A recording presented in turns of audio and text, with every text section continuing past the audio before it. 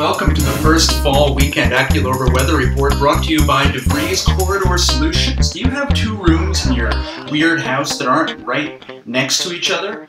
Order a new hallway today. It's the DeVriesy way to get to your kitchen from the living room. Also brought to you by Janine Hayes and the New Orleans Board of Humidity, where it's crotch hot year-round and 200% uncomfortable. Visit New Orleans for the heat, humidity, and the haze.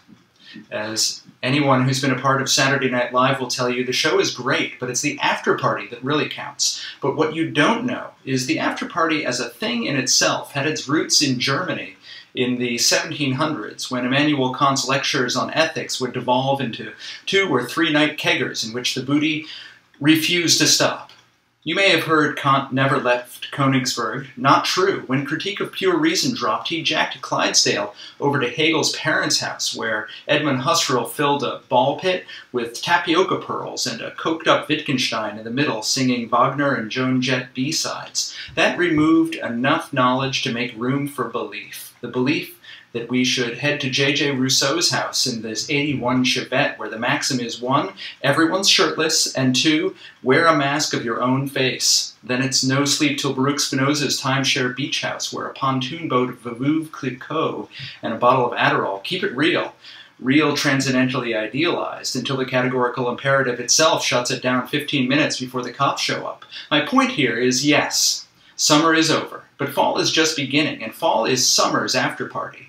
But instead of the blow and erotically trained Sheffield ponies at the Weather Channel's Local on the 8's after party, or New York One's post-mass transit update bacchanal, autumn's even better.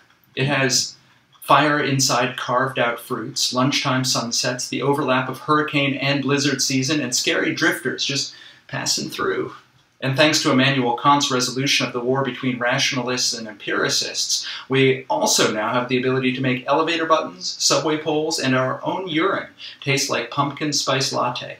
Some people feel nostalgic for whatever the after party came after, but the whole point is to not look back or forward, but simply to leap. And fall is traditionally when people leap out of the most necessary excessiveness. Nexessiveness, or Nescafé, as Descartes called it during his cogito ergo sum après party. That's why fall is in agricultural and industrialized cultures is when people start acting really crazy messed up. And like on farms, maniac farmers chop down all the plants they've been trying to grow all year. And in offices, people return from their vacations and swiftly forget everything they momentarily relearned about freedom and the joys of human agency. For them, this is the moment they re-enter the numb dystopia they've knitted for themselves like a grimly magic shawl that doesn't just make you warm, it just prevents you from feeling cold by making you not feel anything at all. But perhaps there is a luminous moment between the thing and the after thing, a least expected moment of liminal grandeur, like the flash of clarity between drunkenness and the hangover.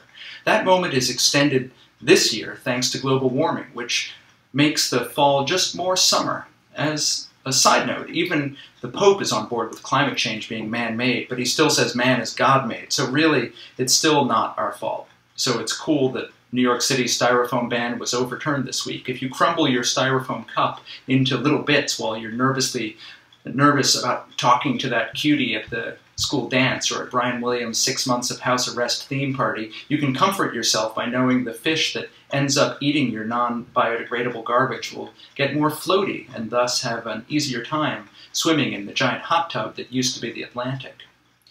The weather is extra important this weekend for people in New York and Philadelphia, as Vatican chasers Patty McCarthy and Jen McCreary point out, because people are more likely to get jammed up somewhere outdoors as the Pope rolls between them and the bodega.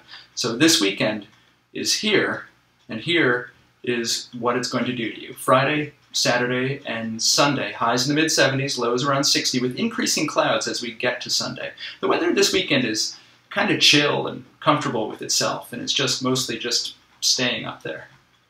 Well, this weekend's forecast was developed in part using Commodore C.E. Putnam's Pizor Institute's Insatiable Insensate String Model and the Zandra Foundation for Speculative Sublation.